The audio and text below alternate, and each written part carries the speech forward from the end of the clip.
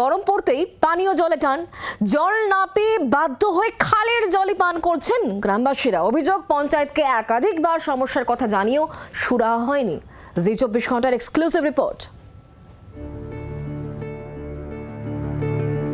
চৈত্রের শুরু থেকেই তীব্র গরম, বেড়েছে জলের চাহিদা, কিন্তু পরিশ্রুত পানীয় জল কার্যত নেই। ফলে দিনের পর দিন খালের জল পান করতেই বাধ্য হচ্ছেন গ্রামবাসীরা। এ ছবি ঝাড়গ্রামের নয়াগ্রামের কপ্তিভোল গ্রামের।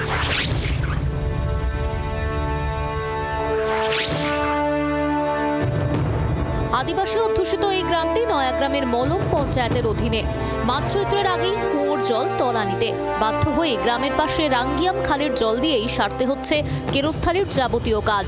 অভিযোগ, দীর্ঘদিন ধরে পঞ্চায়েতকে সমস্যার কথা জানানো হলেও সুরাহা হয়নি। এই আদিবাসী অধ্যুষিত পরিবারের মানুষজন দীর্ঘদিন ধরে এই খালের জল খাচ্ছেন, এমনটাই তাদের অভিযোগ। তারা বারবার প্রশাসনের বিভিন্ন জায়গায় তারা অভিযোগ জানিয়েছেন, কিন্তু তারপরেও আজ পর্যন্ত তাদের গ্রামে পরিশ্রুত পানীয় জলের কোথাও কোনো রকম ব্যবস্থা হয়নি। পঞ্চায়েত প্রধানকে, তবু পঞ্চায়েত প্রধান আমাদের কথাটা শুনছে না। তো বলছে হ্যাঁ করে দিব, তো করেই যাচ্ছে, কিন্তু এখনো কিন্তু আমাদের এখানে জলের সমস্যাটা মেটানো হয়নি। শুধু কপ্তিভোল নয়, জনজাতি অধ্যুষিত বেশ কয়েকটি গ্রামে পানীয় জল সংকটের কথা স্বীকার করেছেন স্থানীয় তৃণমূল নেতারা। শাসক দলকে নিশানা করেছে গেরুয়া শিবির। কুয়া আছে, অবশ্য পাড়া গ্রামে আমাদের কুয়া আছে, না বলছি না, তো সাবমার্শাল আছে, তবে সাফিসিয়েন্ট নয়। রাস্তার দিকটা কপ্তিভোলে সত্যিকার কথা বলতে সেখানে পাকা রাস্তা নেই। প্রশাসন এটা নির্লজ্জতার ভূমিকা পালন করছে। যখনই বলা হয় তখনই কিন্তু তারা কাজটা করেন যে হ্যাঁ হয়ে যাবে, কিন্তু আবার পরবর্তীকালে সেটা দেখা যায়নি।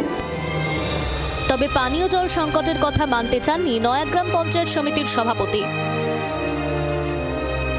জলের ব্যবস্থা আছে এবং সাবমার্সিবল করা আছে, ওই সাবমার্সিবলে ওরা জল খায়।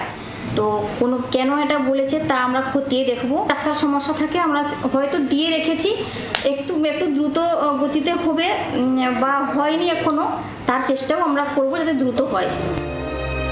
চৈত্রের গরমেই এই অবস্থা। বৈশাখ জ্যৈষ্ঠে কি হবে ভেবে দুশ্চিন্তা বাড়ছে আদিবাসী অধ্যুষিত গ্রামের বাসিন্দাদের। সৌরভ চৌধুরীর রিপোর্ট, জি 24 ঘন্টা। বাংলার আওয়াজ, বাঙালির আবেগ, জি 24 ঘন্টা।